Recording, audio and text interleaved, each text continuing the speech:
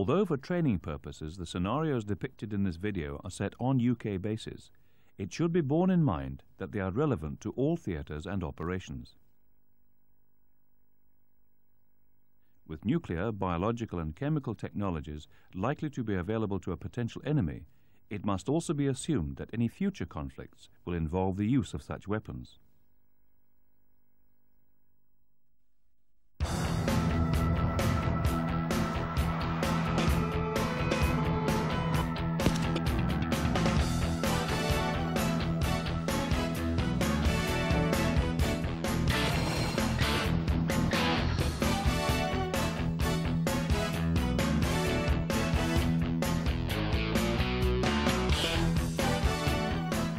This video is designed to support the first aid element of your GDT aid memoir and uses a series of scenarios to depict examples of the following: an unconscious casualty, a casualty requiring artificial ventilation, and a casualty requiring cardiopulmonary resuscitation.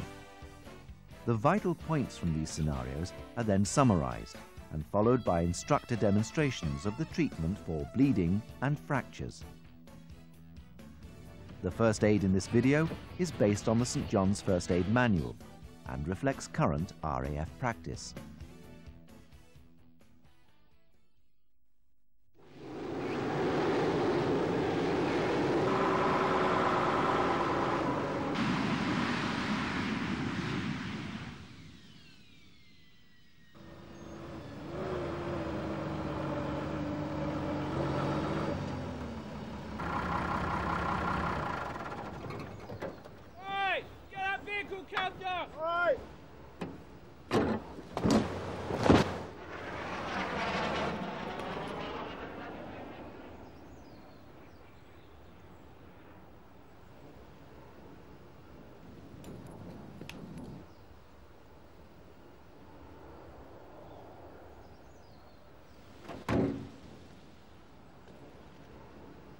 Oi, Sarge! Get an ambulance! Okay!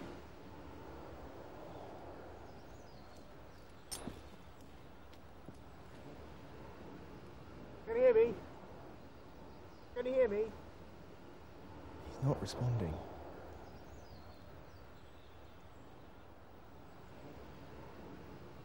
Airway.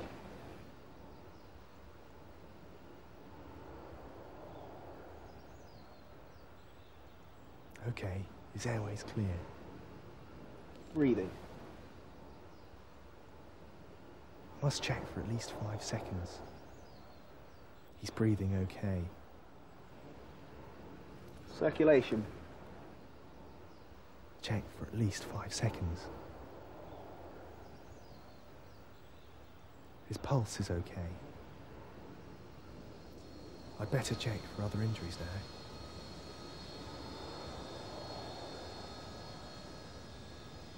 There's no bleeding anywhere. I can't feel any spinal injury. There doesn't appear to be any serious injuries.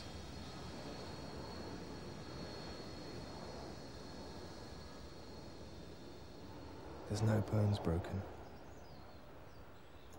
Okay, I'll put him into the recovery position. Arm bent. Head back and hand under cheek.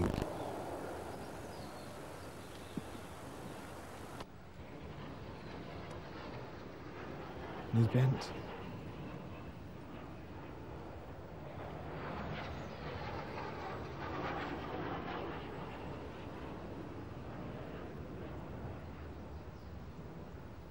He's still unconscious. There's no change to his pulse or breathing.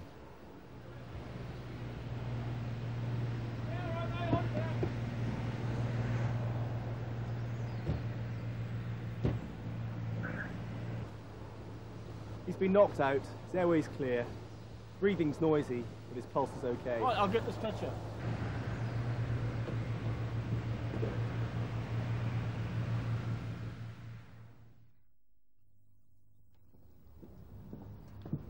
Are you alright, Joyce? Oh, hello, Wendy. Where were you yesterday? I was doing GDT. Oh, were you? Anyway, where are you off to? St Jimmy's lunch. She's round at the garages fixing my car. Oh, come on then. Go on then. So what's wrong with your car? Right, what's wrong with that?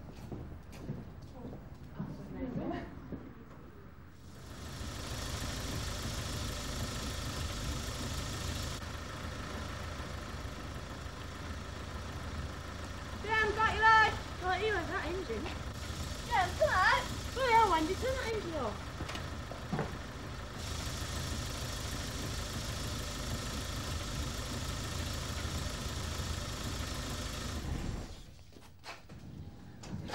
Help me get him out of there.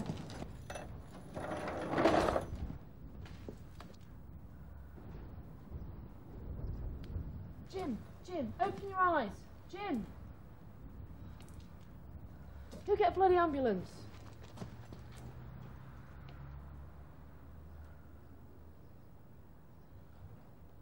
Right. Open airway and check it's clear.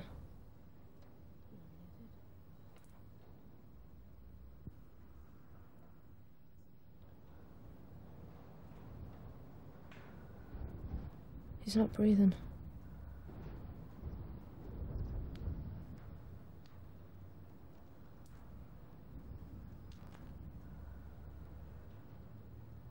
He's got a pulse.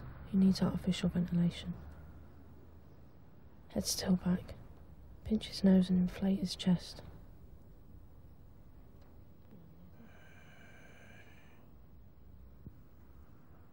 Okay, watch it fall.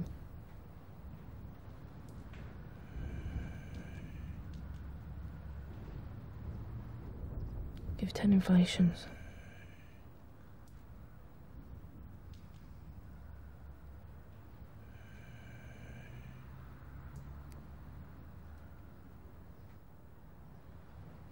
Okay, that's 10.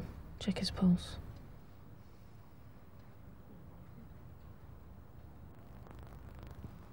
Pulse okay.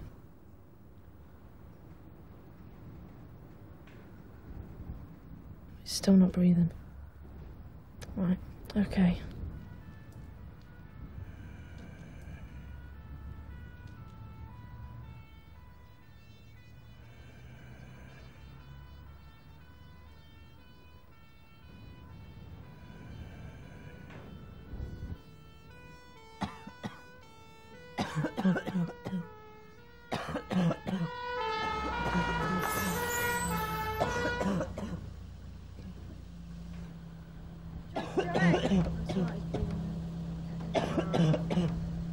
Is it breathing? Yeah, he's breathing now. Check over now. That's alright, it's gonna be alright now. Joyce, it's a good job you knew what to do.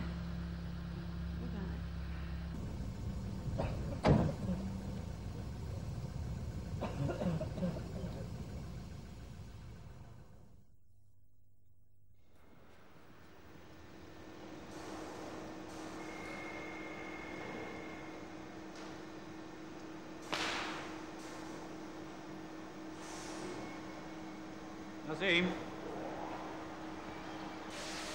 can you go down to the run-up bay and bring me JT Wade?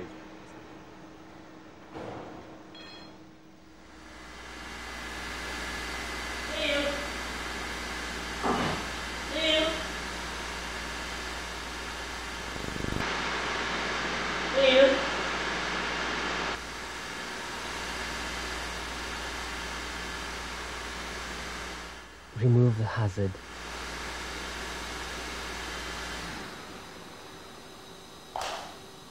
Neil.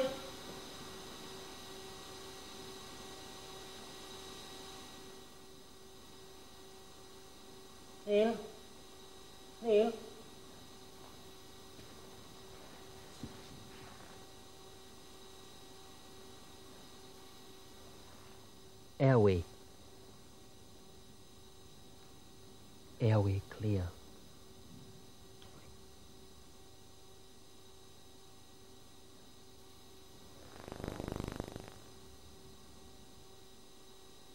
He's not breathing.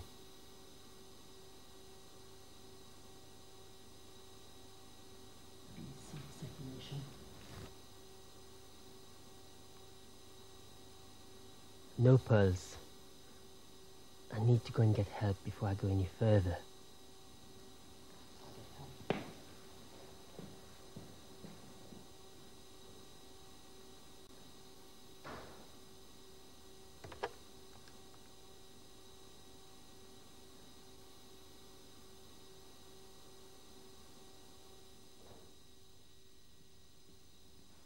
Neil, are you with me? Can you hear me, Neil? Do HRABC again. I have already cleared the hazard.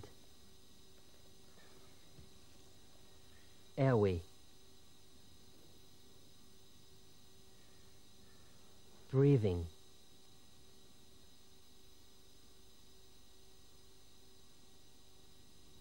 Circulation. No pulse. He needs CPR. 2 inflations.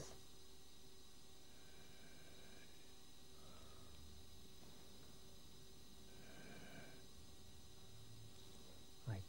15 compressions.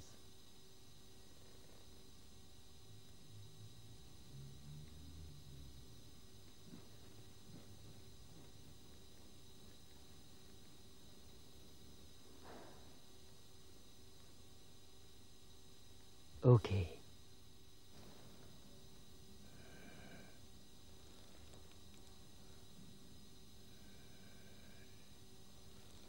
Keep going.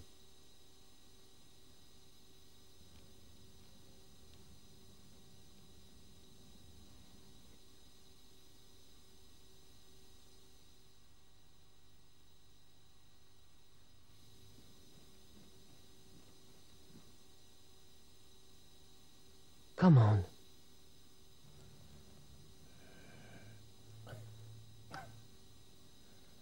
You'll be okay, Neil. You'll be all right.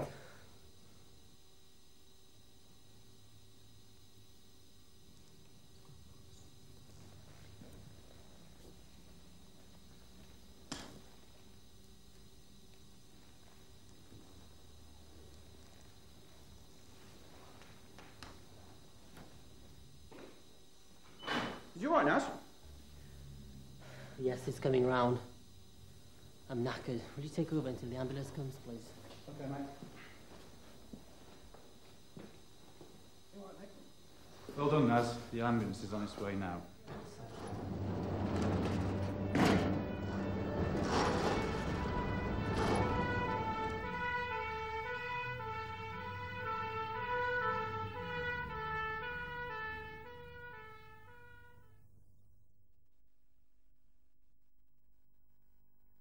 Now let's cover these points in detail. Remember, HRABC.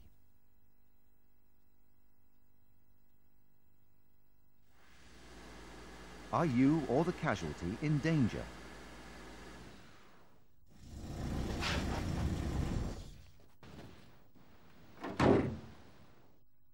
Is the casualty conscious? Can you hear me? Is the airway open and clear? Is the casualty breathing? Check for at least 5 seconds. Is there a pulse?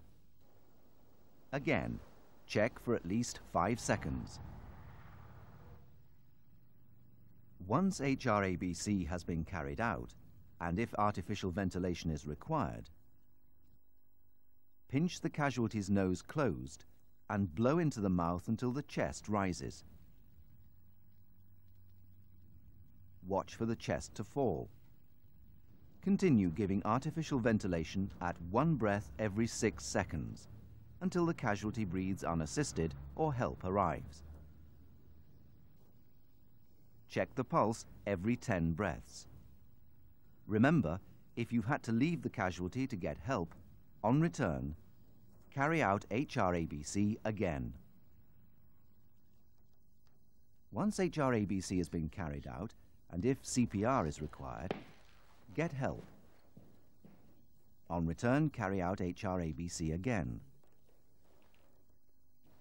Then give 2 inflations to the casualty's lungs. Measure 2 finger widths above the point where the casualty's bottom ribs meet the breastbone. Place the heel of the other hand at that point. Bring the first hand over the second and interlock the fingers. Keep your arms straight and press down 4 to 5 centimeters and then release the pressure.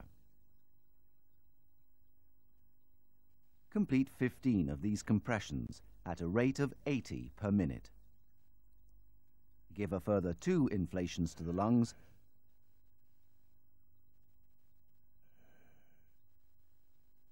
followed by 15 compressions at the same rate of 80 per minute. Continue giving CPR at this rate until the casualty recovers, help arrives, or you're too exhausted to continue. But remember, special care must be taken when giving artificial ventilation or cardiopulmonary resuscitation to the very young.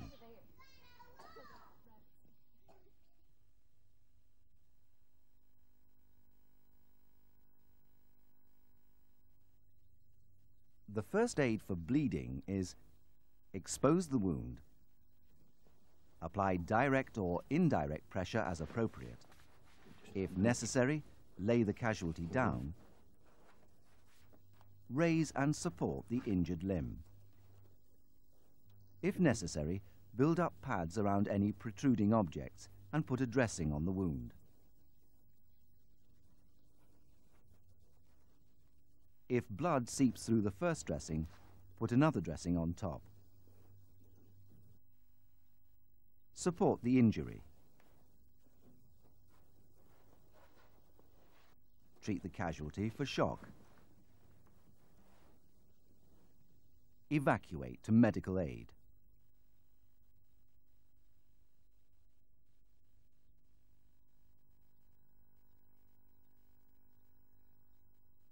The first aid for a fracture is, do not move the casualty unless he or she is in danger.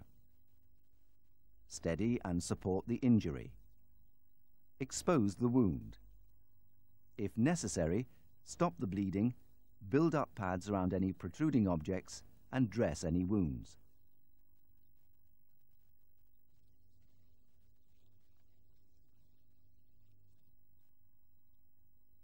Immobilize the fracture by splinting.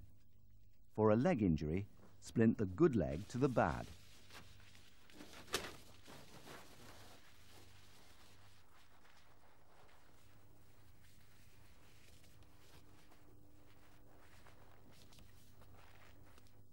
Securing with bandages above and below the site of the injury. As well as around ankles and knees.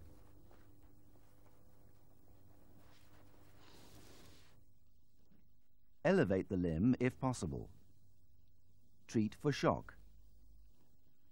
Check circulation beyond any bandaging every 10 minutes. Evacuate to medical aid.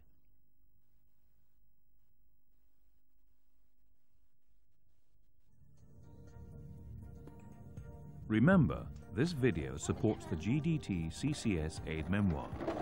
If you are uncertain about any of the procedures and drills depicted in the video, consult your Aid Memoir or your station regiment staff prior to your test.